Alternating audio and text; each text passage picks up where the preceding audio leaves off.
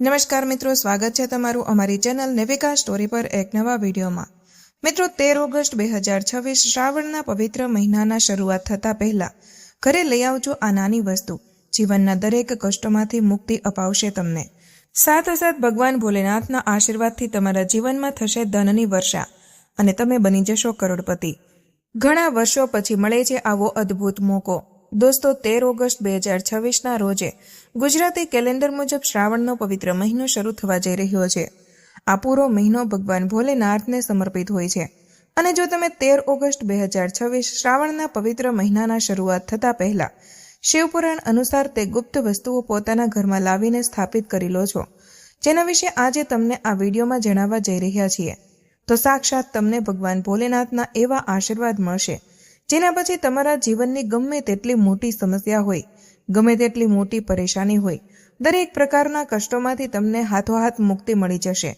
અને આ વસ્તુને જો તમે શ્રાવણના પવિત્ર મહિના પહેલા લાવીને ઘરમાં સ્થાપિત કરી દેશો તો તમારી કોઈ પણ મનોકામના હશે તે ભગવાન ભોલેનાથ આના આશીર્વાદથી અવશ્ય પૂરી થશે। દોસ્તો ખૂબ જ ધ્યાનથી સાંભળજો આ વાતને કે શ્રાવણનો જે પવિત્ર મહિનો હોય છે તે કોઈ પણ મનુષ્યના જીવનના ભાગ્યનો ઉદય કરી શકે છે।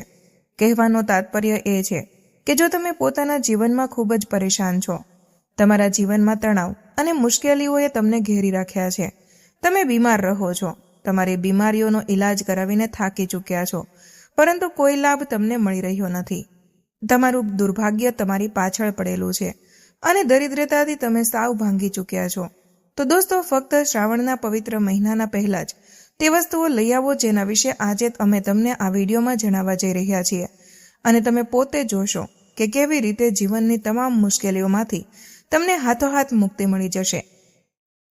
દોસ્તો આ વખતે શ્રાવણનો પવિત્ર મહિનો ગુજરાતી કેલેન્ડર મુજબ ખૂબ જ પવિત્ર અને ફળદાયી રહેશે। વેદ પુરાણોમાં લખેલું છે કે જો કોઈ વ્યક્તિ આખા વર્ષ દરમિયાન ભગવાન ભોલેનાથની પૂજા પાઠ નથી કરતો અને તે શ્રાવણના પવિત્ર મહિનાના દરેક સોમવારે ભગવાન ભોલેનાથના મંદિરે જઈને શિવલિંગ પર એક લોટો જળ અર્પણ કરી દે છે તો તેને આખા વર્ષની પૂજાનું પુણ્ય મળી જાય છે અને તેના પર ભગવાન ભોલેનાથની અસીમ કૃપા બનેલી રહે છે। આ વખતે ગુજરાતી કેલેન્ડર મુજબ શ્રાવણનો પવિત્ર મહિનો 13 ઓગસ્ટ 2026થી શરૂ થશે અને તેનું સમાપન 11 સપ્ટેમ્બર 2026ના રોજે થશે। આ વખતે શ્રાવણ મહિનામાં 4 સોમવારના પવિત્ર વ્રત આવશે અને આ દરમિયાન જો તમે ભગવાન ભોલેનાથની વિધિ વિધાનથી પૂરા સાચા મન અને સાચી શ્રદ્ધાથી પૂજા પાઠ કરશો તો તમારા જીવનમાં ગમે તેટલી પરેશાની હોય કે ગમે તેટલા સંકટોનો સામનો તમે કરી રહ્યા હોય, દરેક પ્રકારની મુશ્કેલીઓમાંથી તમને મુક્તિ મળી જશે અને તમને તમારા જીવનમાં ધન, સુખ, સમૃદ્ધિ, વૈભવ તથા ઐશ્વર્યની પ્રાપ્તિ થશે।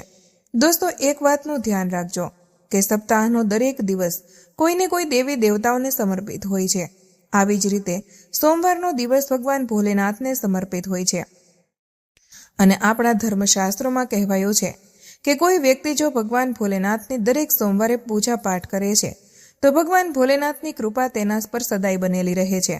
પરંતુ મહાશિવરાત્રિ હોય કે શ્રાવણનો પવિત્ર મહિનો હોય, આ દરમિયાન ભગવાન ભોલેનાથ ખૂબ જ પ્રસન્ન મુદ્રામાં હોય છે અને પોતાના બંને હાથોથી પોતાના ભક્તો પર કૃપા વરસાવે છે અને જો તમે આ દરમિયાન ભગવાન ભોલેનાથજીની પૂજા પાઠ કરશો અને શિવપુરાણ અનુસાર તે વસ્તુઓને ઘરમાં લાવીને સ્થાપિત કરી લેશો શ્રાવણના પવિત્ર મહિનાના શરૂ થતા પહેલા, જેના વિશે આજે અમે તમને આ વિડીયોમાં જણાવવા જઈ રહ્યા છીએ, તેનું સ્થાપિત કરી લેશો તો દોસ્તો માનીને ચાલો કે ભગવાન ભોલેનાથના તમને એવા આશીર્વાદ મળશે જેના પછી જીવનમાં ક્યારેય પણ દુઃખોનો સામનો નહીં કરવો પડે।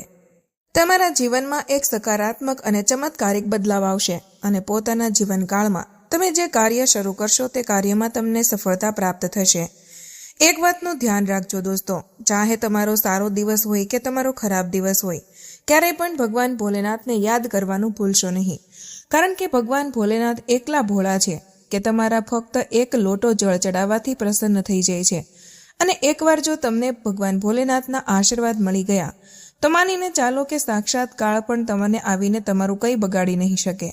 એટલા માટે જો તમે ઈચ્છતા હોય કે ભગવાન ભોલેનાથના આશીર્વાદ તમારા પર અને તમારા પરિવાર પર સદાય બનેલા રહે અને ભગવાન ભોલેનાથની કૃપાથી તમારા જીવનમાં ક્યારે પણ તમને દુઃખોનો સામનો ન કરવો પડે તથા તમારા જીવનમાં હંમેશા ખુશીઓ મળતી રહે, તો પૂરી સાચી શ્રદ્ધા અને પૂરા વિશ્વાસ સાથે પહેલા તો તમે આ વિડીયોને લાઇક કરી દો અને કમેન્ટ બોક્સમાં તરત ને તરત લખી દો ઓમ નમઃ શિવાય, હર હર મહાદેવ. અને દોસ્તો એક કામ કરજો, કમેન્ટ બોક્સમાં પોતાની રાશિ લખજો. તમારી રાશિ અનુસાર કોઈ પણ એવો ઉપાય હશે જે શ્રાવણના પવિત્ર મહિનામાં કરીને તમે ભગવાન ભોલેનાથના આશીર્વાદ મેળવી શકો છો, તો આગળ અમે તમારા કમેન્ટના રિપ્લાયમાં જરૂર જણાવી દેશું. પરંતુ તેના માટે તમારે વિડીયો લાઇક કરવો પડશે અને કમેન્ટ બોક્સમાં પોતાની રાશિ લખવી પડશે. સૌથી પહેલી વસ્તુ જે તમારે પોતાના ઘરે લાવવાની જ છે તે છે બીલીપત્ર. એક વાતનું ધ્યાન રાખજો દોસ્તો, ભગવાન ભોલેનાથને બીલીપત્ર ખૂબ જ પ્રિય હોય છે અને ઋગ્વેદમાં સાફ સાફ લખેલું છે કે એક બીલીપત્ર જે હોય છે તે 6 મહિના સુધી વાસી નથી ગણાતું. 6 મહિના સુધી તમે તોડેલું બીલીપત્ર ભગવાન ભોલેનાથને અર્પિત કરી શકો છો. અને જો તમારી કોઈ મનોકામના હોય અને તમે ઈચ્છતા હોય કે શ્રાવણના પવિત્ર મહિનામાં પૂજા પાઠ કર્યા પછી તમારી મનોકામના પૂરી થઈ જાય, તો દોસ્તો એક કામ કરજો. 13 ઓગસ્ટ 2026 પહેલા તમે લોકો 108ની સંખ્યામાં બીલીપત્ર તોડીને લઈ આવજો. આની લાવીને પોતાના ઘરમાં જે પૂજા ઘર છે તેમાં પૂજા ઘરમાં જે પણ તમારો ગ્રંથ રાખેલો હોય તેમાં 108 બીલીપત્રને દબાવીને રાખી દો. શ્રાવણ મહિનો 13 ઓગસ્ટ 2026થી શરૂ થવા જઈ રહ્યો છે અને 11 સપ્ટેમ્બર 2026ના રોજે તેનું સમાપન થશે. પ્રતિદિન તમારે ભગવાન ભોલેનાથના મંદિરે જવાનું છે અને એક બીલીપત્ર ભગવાન ભોલેનાથને અર્પિત કરવાનું છે. જો તમે આટલી પૂજા પાઠ આ રીતે કરી લીધી જે રીતે અમે તમને જણાવ્યું છે, તો માનીને ચાલો દોસ્તો, તમારી ગમે તેવી મનોકામના હશે તે ભગવાન ભોલેનાથના આશીર્વાદથી પૂરી થઈ જશે. હવે તમારે 108 બીલીપત્ર તોડવાના કેમ છે તો આ પણ જાણી લો કે જેવો જ શ્રાવણ મહિનો શરૂ થશે, બિલ્લીના વૃક્ષ પરથી બધા જ બીલીપત્રો ગાયબ થઈ જાય છે. કારણ કે જેટલા પણ લોકો હોય છે તે બીલીપત્ર તોડતા રહે છે. અને તમારી જાણકારી માટે જણાવી દઈએ કે જે બિલ્લીનું વૃક્ષ હોય છે તેની જડમાં સ્વર્ગ વાસ કરે છે અને બિલ્લીના વૃક્ષના બીલીપત્રમાં ભગવાન ભોલેનાથનો વાસ હોય છે તથા બિલ્લીના વૃક્ષમાં મધ્યમાં માતા પાર્વતીજી વાસ કરે છે. અને જો તમે આ ઉપાય કરી લીધો જે તમને અમે જણાવવા જઈ રહ્યા છીએ, તો દોસ્તો માનીને ચાલો કે તમે બ્રહ્માંડની મહાસર્વશક્તિશાળી શક્તિઓના આશીર્વાદ મળશે.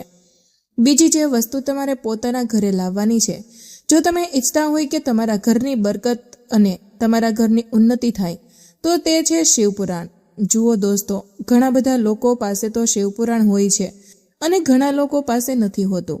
તો તમારે શું કરવાનું છે કે જો તમારા ઘરમાં શિવપુરાણ નથી તો એક કામ કરજો, 13 ઓગસ્ટ 2026 પહેલા એક શિવપુરાણ લાવી પોતાના ઘરમાં સ્થાપિત કરી લો. અને તમારે શ્રાવણના પ્રતિદિન એ જ કરવાનું છે કે શિવપુરાણની થોડી પૂજા કરવાની છે અને શ્રાવણ મહિનાના દરેક સોમવારે આ શિવપુરાણનો થોડોક અધ્યાય વાંચી લેવાનો છે. જો તમે આટલું કરી લીધું તો માનીને ચાલો દોસ્તો, ભગવાન ભોલેનાથની કૃપા સદાય તમારા ઘર પર બનેલી રહેશે. તમારા ઘરમાં જે નકારાત્મક શક્તિઓ છે તેમનો નાશ થઈ જશે અને તમારા ઘરમાં સકારાત્મક ઉર્જાનો સંચાર થશે. વિડીયોમાં આગળ વધતા પહેલા તમને વિનંતી હતી કે વિડીયો લાઇક કરવાનું ભૂલશો નહીં. દોસ્તો, તમને કદાચ આ વાત ખબર ન હોય, પરંતુ તમારા ગુપ્ત શત્રુઓ બની જાય છે જ્યારે પણ તમારી ઉન્નતિ થાય છે અને તમે પોતાના જીવનમાં આગળ વધી રહ્યા હોય છો, ત્યારે તમારા આજુબાજુના પાડોશીઓ, તમારા મિત્રો, તમારા સગા સંબંધીઓ તમારા શત્રુ બની જાય છે અને તો તમારા પર કાળો જાદુ, કાળી વિદ્યા, તંત્ર શક્તિ એવું બધું કંઈક કરાવી દે છે, જેના કારણે તમારા જીવનમાં તમારું દુર્ભાગ્ય તમારી પાછળ પડી જાય છે. અને જો તમે ઈચ્છતા હોય કે આ પ્રકારની નકારાત્મક શક્તિઓ અને બુરી તાકાતોથી તમે બચેલા રહો, તો તમારે શું કરવાનું છે? બસ તમારે કરવાનું છે શ્રાવણ મહિનાના આ પવિત્ર મહિનાને શરૂ થતાં પહેલા એક પિત્તળનું ત્રિશૂળ લાવીને પોતાના પૂજા ઘરમાં સ્થાપિત કરવાનું છે અને દરેક સોમવારે તેની પૂજા કરવાની છે. જો તમે આ ઉપાય કરી લીધો તો આ શ્રાવણ મહિનાના શરૂ થતાં પહેલા તમારા લાખો શત્રુઓ ઊભા હોય તમારા વિરુદ્ધ, તો પણ તે તમારું કંઈ નહીં બગાડી શકે. જેમ કે અમે તમને વિડીયોની શરૂઆતમાં જણાવી ચૂક્યા છીએ કે ભગવાન ભોલેનાથ જો કોઈને પણ આશીર્વાદ આપે છે તો સાક્ષાત કાળ પણ આવીને તેનું કંઈ બગાડી શકતો નથી. આવી જ રીતે જો તમે ઈચ્છતા હોય કે તમારા જીવનમાં ધન આવતું રહે અને તમારા જીવનમાં ધનની ક્યારેય તમને કમી ન થાય, તો શ્રાવણના અપવિત્ર મહિનાના શરૂ થતાં પહેલાં તમારે બસ આ કરવાનું છે અને પોતાના પૂજા ઘરમાં સ્થાપિત કરી લેવાનું છે. જુઓ દોસ્તો, ડમરૂ જે છે એ ભગવાન ભોલેનાથને ખૂબ જ પ્રિય છે અને જો તમે દરેક સોમવારે આ ડમરૂને ધૂપ બતાવો છો તો માનીને ચાલો કે સદાય તમને ભગવાન ભોલેનાથની કૃપા મળતી રહેશે અને તમારા જીવનમાં ક્યારે પણ ધન અને ધાન્યની તમને કમી નહીં થાય. હવે માની લો દોસ્તો, તમે લાંબા સમયથી બીમારીથી પીડાઈ રહ્યા છો અને તમે ખૂબ જ પરેશાન થઈ ચૂક્યા છો તથા ઈચ્છો છો કે તે બીમારીઓમાંથી તમને મુક્તિ મળી જાય.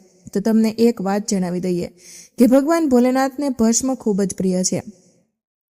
13 ઓગસ્ટ 2026 પહેલા તમારે ભસ્મ લઈને આવવાનું છે અને આ જ ભસ્મ ભગવાન ભોલેનાથને શ્રાવણના દરેક સોમવારે લગાવવાની છે. જો તમે આટલો ઉપાય શ્રાવણ મહિનાના દરેક સોમવારે કરી લીધો તો તમારી ગમે તેટલી મોટી બીમારી હોય, ગમે તેટલું મોટું કષ્ટ હોય, તે તમારા જીવનમાંથી હંમેશા માટે જતું રહેશે. દોસ્તો, તમારા જીવનમાં કામ બનતા બગડી જાય છે અને તમે આ વસ્તુને લઈને ખૂબ પરેશાન છો તથા તમારું દુર્ભાગ્ય તમારી પાછળ પડેલું રહે છે. તો તમારે શું કરવાનું છે? એક પિત્તળની નાગણીની જોડી ખરીદીને લાવવાની છે અને પોતાના ઘરના મુખ્ય દ્વાર પાસે આને સ્થાપિત કરી લેવાની છે. જો તમે આટલું કરી લો છો તો તમારા જીવનમાં જેટલી પણ બાધાઓ અને જેટલી પણ પરેશાનીઓ આવી રહી છે તે પૂરી થઈ જશે. જો થઈ શકે તો નાગણીની જોડી જે તમે લાવી રહ્યા છો તે ચાંદીની લઈ આવો. પરંતુ જો તમારી પાસે ધન નથી તો દોસ્તો તમે લોકો પિત્તળની પણ લાવી શકો છો. માની લો દોસ્તો કે જો તમે ઈચ્છો છો કે ભગવાન ભોલેનાથ તમારા ઘરમાં વાસ કરવા આવે અને ભગવાન ભોલેનાથની કૃપા સદાય તમારા ઘર પર બનેલી રહે તો તમારે એક કામ કરવું પડશે. જુઓ, શ્રાવણના પવિત્ર મહિનાના શરૂઆત થતા પહેલા ગંગાજળ ખરીદીને લઈ આવજો. પૂજાની દુકાન પર ગંગાજળ આસાનીથી મળી જાય છે અને જ્યારે પણ તમે શ્રાવણ મહિનાના દરેક સોમવારે પોતાના ઘરમાં ભગવાન ભોલેનાથની પૂજા કરો ત્યારે થોડું ગંગાજળ છાંટી દેજો અને તેના પછી જ તમે ભગવાન ભોલેનાથની પૂજા પાઠ કરજો. જો તમે આ રીતે આ ઉપાય કરી લીધો તો તમારા જીવનમાં તમને એક ચમત્કારિક અને સકારાત્મક બદલાવ જોવા મળશે અને તમે પોતાના જીવનમાં ખૂબ જ ઉન્નતિ કરશો. તો દોસ્તો, વિડીયો લાઈક કરવાનું ભૂલશો નહીં. દોસ્તો, જો તમે પોતાની લાઈફમાં કંઈક નવું શીખવા માંગતા હોય તો ચેનલને સબસ્ક્રાઇબ જરૂર કરજો. શ્રાવણનો માસ ભગવાન શિવને ખૂબ જ પ્રિય છે. આ મહિનામાં કરવામાં આવેલા વ્રત અને પૂજા પાઠથી ભગવાન શિવ ખૂબ જ પ્રસન્ન થાય છે અને જો ખૂબ જ ઝડપથી ભગવાન શિવની કૃપા મેળવવા માંગતા હોય તો શ્રાવણ માસમાં વિશેષ રૂપે ભગવાન શિવની પૂજા આરાધના કરો. તમારા મનની કોઈ પણ કામના હોય કે કોઈ પણ ઈચ્છા હોય, આ વિશેષ માસમાં જો તમે ભગવાન શિવની આરાધના કરો છો તથા તેમનો જલાભિષેક કરો છો તો તમારા મનની તમામ કામનાઓ ખૂબ જ ઝડપથી ભોલેનાથ પૂર્ણ કરી દે છે. આ માસ ભગવાન શિવને ખૂબ જ પ્રિય છે. એટલા માટે ઘણા બધા એવા ભક્તો હોય છે જે આ પૂરા માસનું વ્રત રાખે છે અને પૂરા શ્રાવણ માસનું જ વ્રત રાખે છે. તો આજના વિડીયોમાં અમે તમારી સાથે વાત કરવા જઈ રહ્યા છીએ. જો તમે પૂરા શ્રાવણ માસનું વ્રત રાખવા માંગતા હોય તો વ્રતના કયા નિયમો હોય છે જે તમારે પાલન કરવું જોઈએ, શ્રાવણ માસમાં તમારે શું કરવું જોઈએ અને શું ન કરવું જોઈએ, શું ખાવું જોઈએ, શું ન ખાવું જોઈએ, ક્યારે ખાવું જોઈએ અને ભગવાન ભોલેનાથને પ્રસન્ન કરવા માટે કઈ રીતે આપણે પૂજા આરાધના કરવી જોઈએ તથા કયા નિયમોનું પાલન કરવું જોઈએ. ભગવાન શિવની પૂજામાં આપણે કઈ વસ્તુઓનો પ્રયોગ કરીએ અને કઈ વસ્તુઓનો ત્યાગ કરીએ તથા કયા રંગના વસ્ત્રોનો ત્યાગ આપણે આ માસમાં કરવો જોઈએ, તે બધી વાતો આજે અમે તમારી સાથે આ વિડીયોમાં શેર કરવાના છીએ. તો વિડીયોને પૂરો જુઓ. પરંતુ દોસ્તો, તે પહેલાં તમને રિક્વેસ્ટ કરીએ છીએ કે વિડીયોને લાઇક જરૂર કરજો, શેર કરી દેજો અને જો તમે હજુ સુધી ચેનલને સબસ્ક્રાઇબ નથી કરી તો ચેનલને સબસ્ક્રાઇબ કરીને બેલ આઇકોન જરૂર દબાવી દેજો. શ્રાવણ માસનું આપણા શાસ્ત્રોમાં ખૂબ જ મહત્વ છે. આપણા શાસ્ત્રોમાં એવું કહેવાયું છે કે જો શ્રાવણ માસમાં ભગવાન શિવની થોડી પણ પૂજા આરાધના કરવામાં આવે છે કે થોડો પણ પ્રયાસ કરવામાં આવે તથા ભગવાનની ભક્તિ જો આપણે થોડી પણ કરીએ છીએ તો ખૂબ ઝડપથી આપણી કામના પૂરી થઈ જાય છે.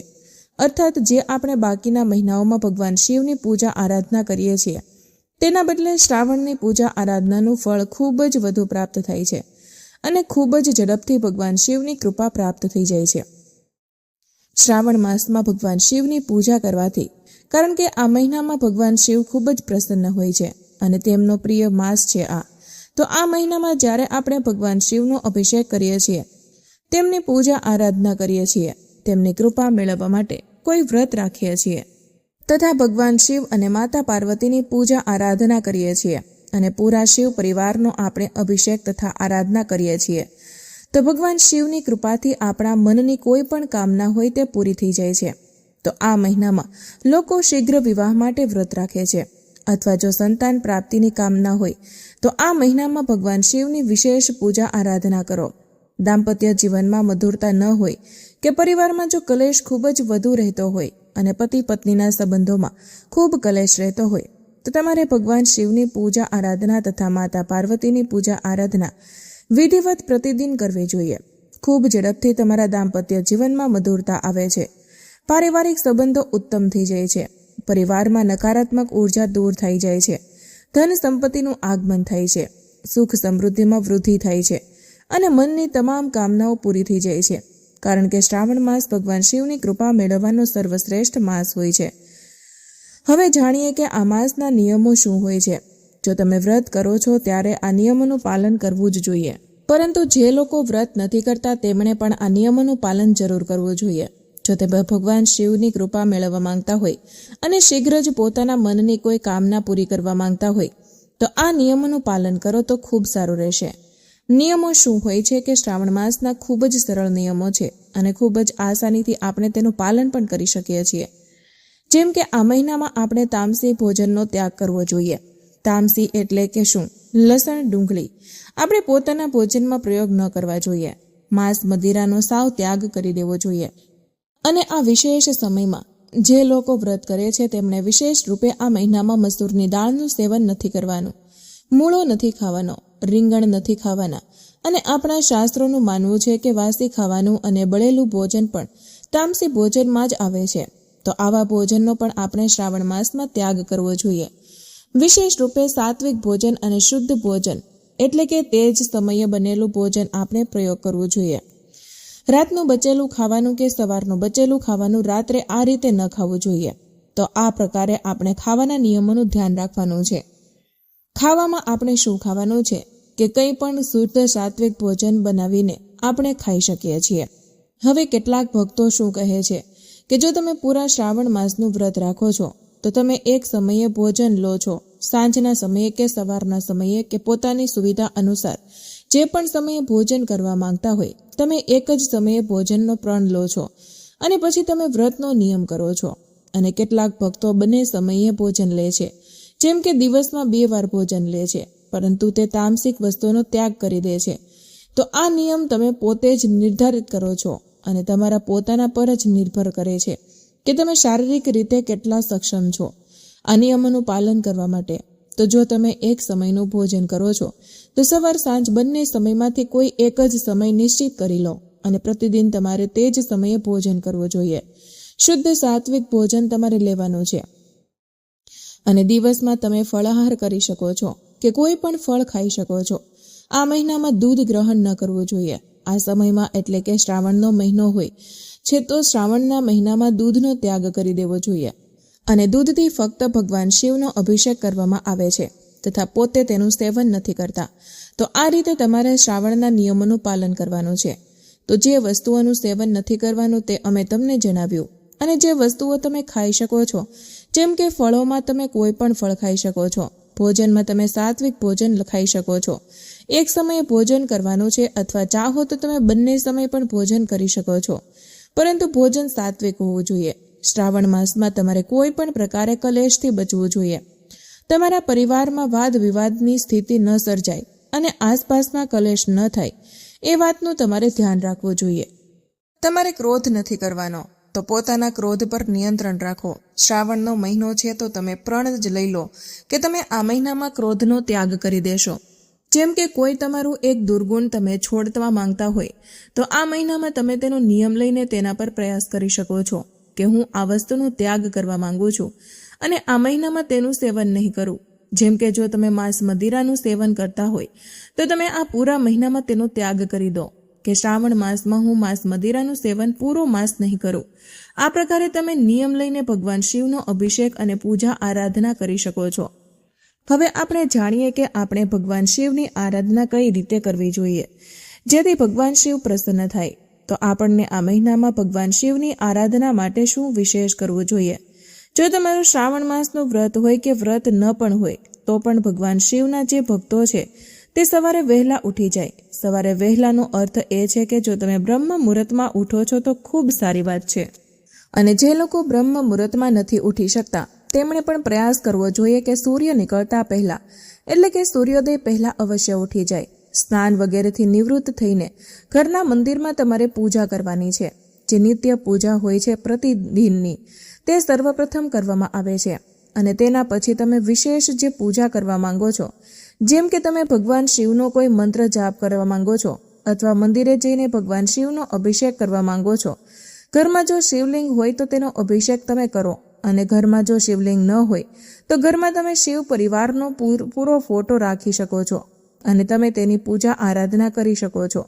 ભગવાન શિવની પૂજામાં કઈ વસ્તુનો પ્રયોગ કરવો જોઈએ કે ભગવાન ભોલેનાથની પૂજા ખૂબ જ આસાનીથી અને ખૂબ જ સુલભતાથી થઈ જાય છે. જે વસ્તુઓ ભગવાન શિવને પ્રિય છે તે આ માસમાં ખૂબ જ આસાનીથી ઉપલબ્ધ થઈ જાય છે.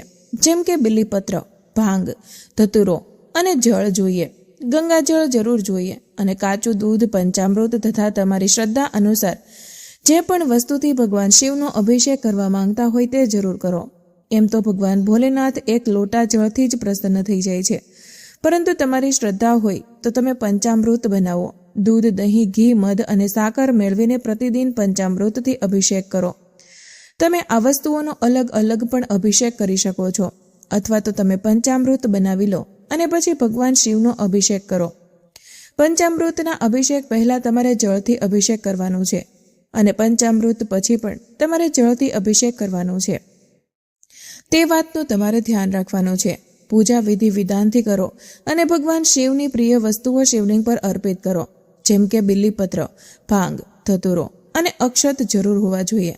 અક્ષત એટલે ચોખાના દાણા જે તૂટેલા ન હોય એવા ચોખાના દાણાનો પ્રયોગ ભગવાન શિવની પૂજામાં કરવામાં આવે છે. સફેદ પુષ્પ ભગવાન શિવને પ્રિય છે, તો સફેદ પુષ્પ તમે ભગવાન શિવને જરૂર અર્પણ કરો અને સફેદ મીઠાઈનો ભોગ લગાવી શકો છો. તથા તમે ફળોનો ભોગ પણ ભગવાન શિવને લગાવી શકો છો. કોઈ પણ ફળ જે આ સિઝનમાં આસાનીથી ઉપલબ્ધ હોય એવા ફળોનો ભોગ ભગવાન શિવને લગાવી શકો છો. પ્રતિદિન તમે ભગવાન શિવના મંદિરમાં જઈને ભગવાન શિવની વિધિ વિધાનથી પૂજા કરો છો તો ખૂબ જ શ્રેષ્ઠ હોય છે. પરંતુ જો તમે મંદિરે ન જઈ શકતા હોય કે મંદિર જવું શક્ય ન હોય તો તમે પોતાના ઘરમાં જ ભગવાન શિવની પૂજા કરો અને શ્રદ્ધાભાવથી કરો. ઘરમાં શિવલિંગ હોય તો શિવલિંગનો અભિષેક કરો અને શિવલિંગ ન હોય તો તમે ચાહો તો માટીનું શિવલિંગ પણ બનાવી શકો છો અને તેની પ્રતિદિન પૂજા કરી શકો છો. શિવલિંગ પૂજામાં કેટલીક બાબતોનું આપણે ધ્યાન રાખવું જોઈએ.